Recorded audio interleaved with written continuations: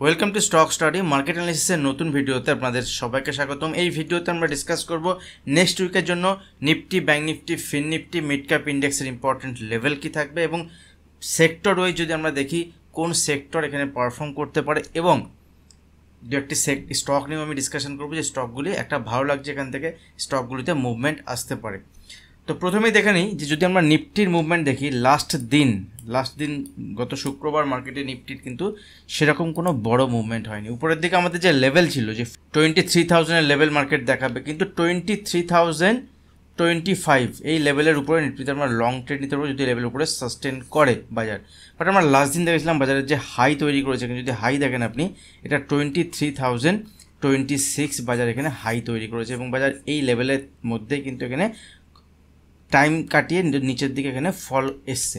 That means বাজারে বিশাল বড় যে কারেকশান হয়েছে, বিশাল বড় প্রফিট বুকিং হয়েছে এরকমটি নয়। এবং এফআইআই যদি আমরা ফিগার দেখি, এফআইআই যদি ইন্ডেক্সের লং পজিশান দেখি, এফআই ইন্ডেক্সের লং শর্ট যে পজিশান, সেখানে শর্ট পজিশান তাদের বাড়তে বাড়তে বাড়তে বাড়তে এমন একটা সিচুয়েশানে গেছিলো যেখান থেকে তারা কিন্তু এই ইলেকশানের জাস্ট আগেই, মানে ইলেকশানের রেজাল্টের জাস্ট আগে তারা কিন্তু আবার বাইং করছে।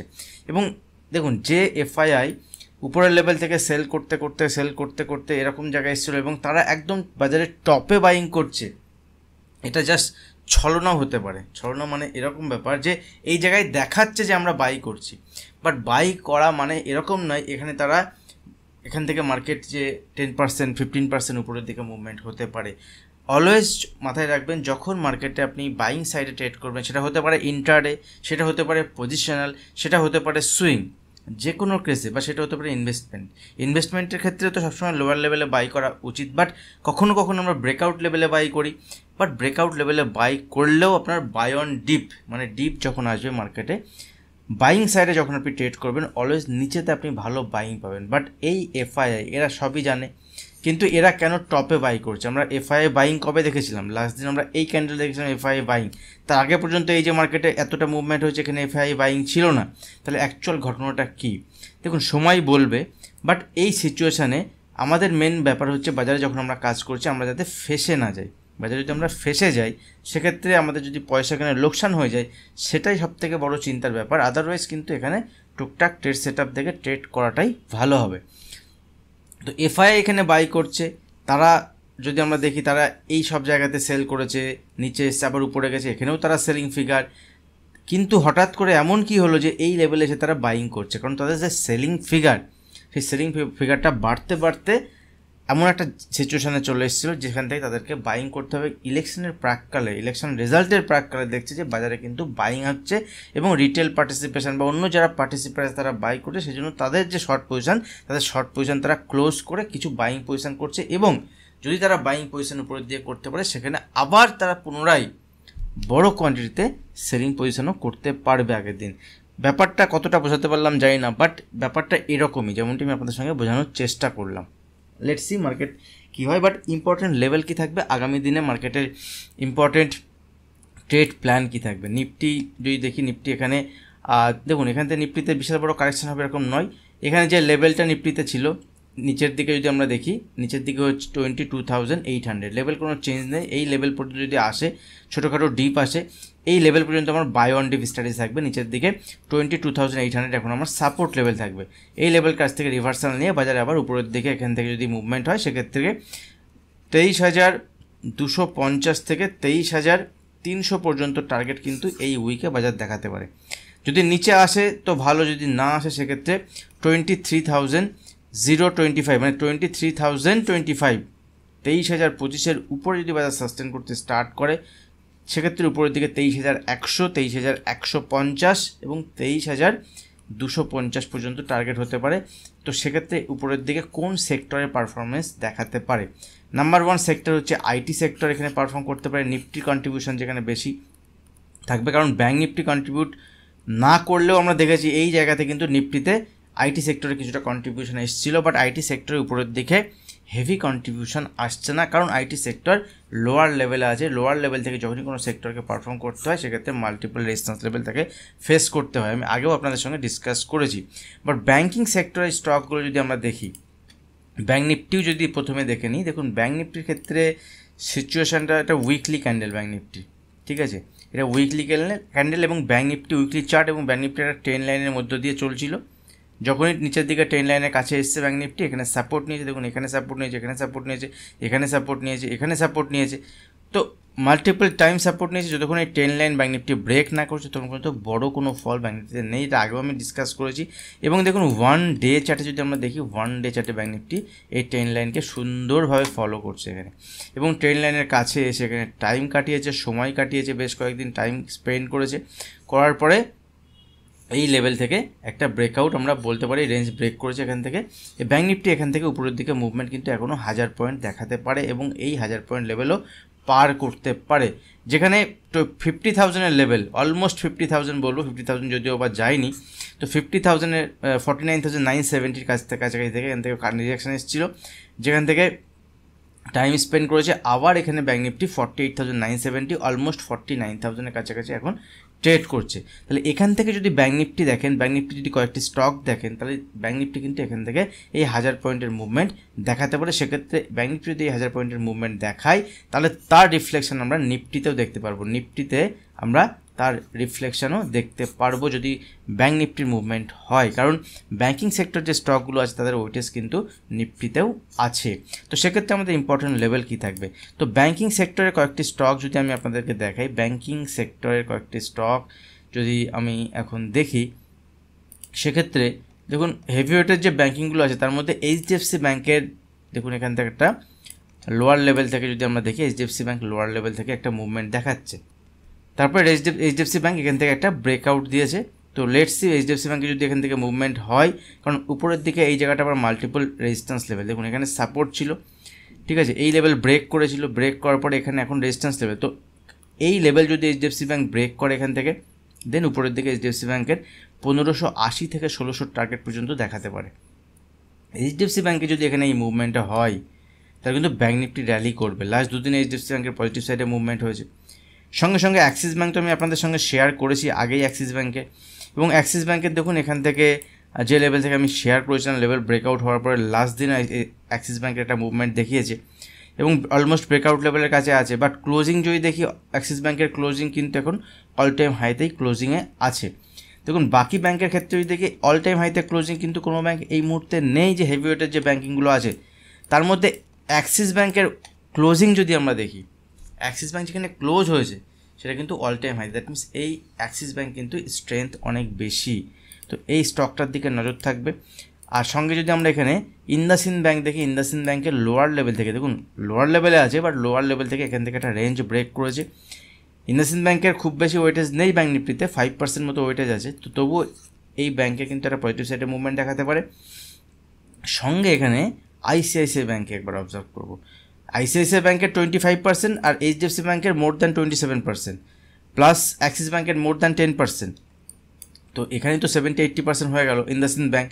তো এই যে ব্যাঙ্কগুলো আছে দেখুন এখান থেকে এই রেঞ্জ আছে মোটামুটি 1140-এর উপরে যদি সাস্টেন করে, এই 1160, ঠিক আছে, তারপরে অল টাইম ব্রেক করতে পারে।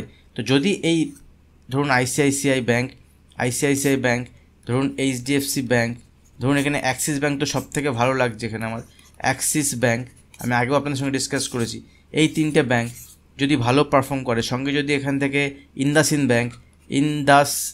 ব্যাঙ্ক যদি এখান থেকে পারফর্ম করতে স্টার্ট করে, এই 4-5টা ব্যাঙ্ক, এসবিআই ব্যাঙ্কে দেখুন গভর্নমেন্ট মানে পাবলিক সেক্টর ব্যাঙ্ক, সেক্ষেত্রে এর দিকে নজর থাকবে। কিন্তু এই 5টা ব্যাঙ্ক যদি এখানে ভালো পারফর্ম করতে স্টার্ট করে, ব্যাঙ্ক নিফটি কিন্তু দৌড়াবে, আর ব্যাঙ্ক নিফটি যদি দৌড়ায় সেক্ষেত্রে নিফটিকেও তুলবে, ফিন নিফটির মুভমেন্ট হবে।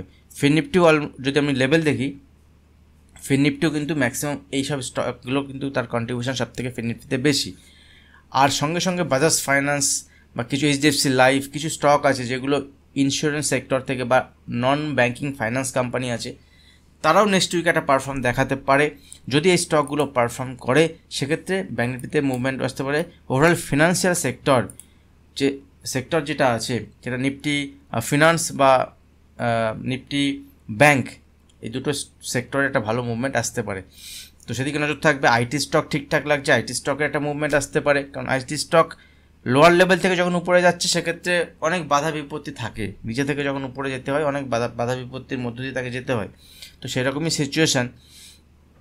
তো ব্যাঙ্ক নিফটিতেও এখানে ব্যাঙ্ক নিফটি, কিন্তু ব্যাঙ্ক নিফটি কতক্ষণ পর্যন্ত এখানে ঠিকঠাক লাগবে? দেখুন ব্যাঙ্ক নিফটি যদি নিচের দিকে আসে 48,000 পর্যন্ত এখন সাপোর্ট লেভেল, তবে 48,000 নিচে যদি ব্যাঙ্ক নিফটি ক্লোজ দিতে স্টার্ট করে দেন ব্যাঙ্ক নিফটি নিচের দিকে উইক হবে এবং সেক্ষেত্রে ব্যাঙ্ক নিফটি 47,000 এবং এই লেভেল ব্রেক করলে এখান থেকে 1,500 থেকে 2,000 পয়েন্টের ফল আমরা নিচের দিকে দেখতে পারবো। কিন্তু যতক্ষণ এখান থেকে 48,000-এর উপরে সাস্টেন করছে দ্যাট ইজ গুড। ইন্টারডে বেসিসে যদি আগামীকাল ব্যাঙ্ক নিফটি নিচের দিকে ছোটোখাটো ফল আসে, সোমবার মার্কেটে যেখানে ছোটোখাটো যদি ফল আসে, ফল এলে অসুবিধা নেই, কিন্তু ক্লোজিং যদি এখান থেকে যদি নিচের দিকে দেয়, যদি এখান থেকে 48,500 নিচে ক্লোজ দেয় তবে ব্যাঙ্ক নিফটি উইক হবে। যদি এখানে নিচে ইন্টারডে বেসিসে নিচের দিকে আসে কোনো অসুবিধা নেই। ইভেন যদি এখান থেকে ব্যাঙ্ক নিফটি ইন্টারডে বেসিসে 48,600 থেকে 650 লেভেলে আসে এবং যদি সেখানে ইন্টারডে বেসিসে একটা রেঞ্জ বানায় বা ধরুন এখানে হ্যামার ক্যান্ডেল বা বিভিন্ন রিভার্সাল যে প্রসেসগুলো আছে তার মধ্যে যদি যায়, সেক্ষেত্রে সেই জায়গাগুলোতে ভালো বাইং অপরচুনিটি হতে পারে। এবং ব্যাঙ্ক নিফটি যদি এখান থেকে ফ্ল্যাট ওপেন হয়, যদি ফ্ল্যাট খুব বড় gap up gap down open না হয়, যদি ফ্ল্যাট ওপেন হয়, যেমন 49,000-এর উপরে যদি ওপেন হয়, সেখানেও কিন্তু বাইং অপরচুনিটি হতে পারে এখান থেকে ছোটোখাটো স্টপ লসের বেসিসে। যখনই ট্রেড করবেন নিজে প্ল্যান করার পরে ট্রেড করবেন এবং সেক্ষেত্রে উপরের দিকে মুভমেন্ট হলে 49,300 ইনিশিয়ালি টার্গেট 49,300 350 এই লেভেল পর্যন্ত দেখাতে পারে এবং 49,500 উপরে সাস্টেন করলে ব্যাঙ্ক নিফটি 50,000 লেভেল পর্যন্ত দেখাবে এবং আগামী দিনে আগামী উইকে এর থেকে উপরের দিকে মুভমেন্ট আসতে পারে। ঠিক আছে, ব্যাঙ্ক নিফটির ডিসকাশন শেষ হলো। এবার যদি আমরা দেখি এখানে নিফটি ফিনান্সিয়াল যে সার্ভিসেস যে ইন্ডেক্স আছে, নিফটি কিন্তু ব্যাঙ্ক নিফটির থেকে ভালো লাগছে। ঠিক আছে, এই নিফটির মধ্যে শুধু ব্যাঙ্কিং স্টক ছাড়াও নন ব্যাঙ্কিং ইন্স্যুরেন্স কোম্পানি এগুলোও আছে। তো উইকলি চার্টে দেখুন একদম ব্রেকআউট লেভেলের কাছে আছে এবং ক্লোজিং যদি দেখি ক্লোজিং কিন্তু এখানে ভালো আছে 21,850। দ্যাট মিনস এখানে উপরের দিকে নেক্সট যে ইম্পর্টেন্ট লেভেল সেটা হচ্ছে 22,000, সাইকোলজিক্যাল লেভেল। 22,000-এর উপরে যদি সাস্টেন করতে স্টার্ট করে সেক্ষেত্রে 22,200 থেকে 300 লেভেল দেখাবে। একবার আমরা ডেলি চার্ট দেখে নিই। দেখুন ডেলি চার্ট যদি দেখি সেম এও একটা ট্রেন লাইন সাপোর্টের মধ্যে দিয়ে চলছিল এবং ট্রেন লাইনের সাপোর্ট নিয়ে এখানে রেঞ্জ বানিয়ে ব্রেকআউট হয়েছে।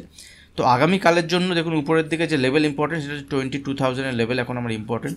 22,000-এর উপরে যদি সাস্টেন করে দেন নেক্সট উপরের দিকে মুভমেন্ট, আদারওয়াইজ যদি ছোটোখাটো ডিপ আসে এখান থেকে কিন্তু ডিপে বাইং অপরচুনিটি হতে পারে। উপরের দিকে 22,000 লেভেল পর্যন্ত টার্গেট দেখাবে এবং এই লেভেল ব্রেক করলে ফার্দার উপরের দিকে মুভমেন্ট দেখাবো, বাট বায়াস পজিটিভ, অসুবিধা নেই। কত তারিখ পর্যন্ত না 30 তারিখ পর্যন্ত, 30th। আমি আগেও আপনাদের সঙ্গে ডিসকাস করেছি এবং এটা আজকে থেকে না অনেকদিন আগে থেকে ডিসকাস করছি যে বাই অন ডিপ নিচের দিকে উইক কখন হবে? উইক তখনই হবে যদি এখান থেকে 21,650 নিচে ক্লোজ দেয়, দ্যাট ইজ উইক। বাট নিচের দিকে 21,500 পর্যন্ত সাপোর্ট লেভেল। দেখুন উইক মানে হচ্ছে এখানে স্ট্রেংথ যতটা আছে সেই স্ট্রেংথ থাকবে না, বাট এই লেভেল পর্যন্ত কিন্তু পজিশনের বেসিসে বাইং রেঞ্জ হতে পারে নিচের দিকে অ্যাগ্রেসিভ। এই লেভেলের মধ্যে 21,650 থেকে 21,500 নো ট্রেডিং জোন, বা এখানে কাজ করলে স্ক্যাল্পিং বেসিসে কাজ করা যাবে, স্ক্যাল্পিং ছোটো মুভমেন্টের জন্য কাজ করা হবে। বাট এই লেভেলের নিচে যদি মুভমেন্ট দেয় সেক্ষেত্রে নিচের দিকে টার্গেট হবে 21,300 লেভেল ব্রেক করলে এখান থেকে নিচের দিকে বড় মুভমেন্ট 5 থেকে 700 পয়েন্ট, 500 থেকে 700 পয়েন্টের মুভমেন্ট নিচের দিকে খুব ফাস্ট দেখাতে পারে। বাট এই সব সিচুয়েশান তখনই হবে যদি এই লেভেল ব্রেক করে। আমি লেভেল টু লেভেল কাজ করব, কারণ এখন যা সিচুয়েশান বাজারে ভোলাটিলিটি থাকবে, ভোলাটিলিটিতে বাজার মুভমেন্ট দেখাবে। ক্লোজিং কোথায় হচ্ছে সেটা ইম্পর্টেন্ট, মাথায় রাখবেন ক্লোজিং কোথায় হচ্ছে। মিড ক্যাপ ইন্ডেক্সে যে টার্গেট ছিল টার্গেট তো পুরো অ্যাচিভ করে দিয়েছে। যে টার্গেট ছিল 11,500 আপনাদের সঙ্গে শেয়ার করেছিলাম যে মিড ক্যাপ ইন্ডেক্সের এখান থেকে এই লেভেল ব্রেক করলে 11,500 এবং 11,500-এর উপরেও যায়, বাট উপরের দিকে সাস্টেন করে নেই, নিচে এখানে প্রফিট বুকিং হয়েছে। এগুলো একটা সাইকোলজিক্যাল লেভেল। 11,500, 12,000 প্রফিট বুকিং আসবেই। দেখুন লাস্ট টাইম যদি আমরা দেখি 11,000-এ গিয়ে এখানে গিয়ে বাজার থেমে গেছিলো।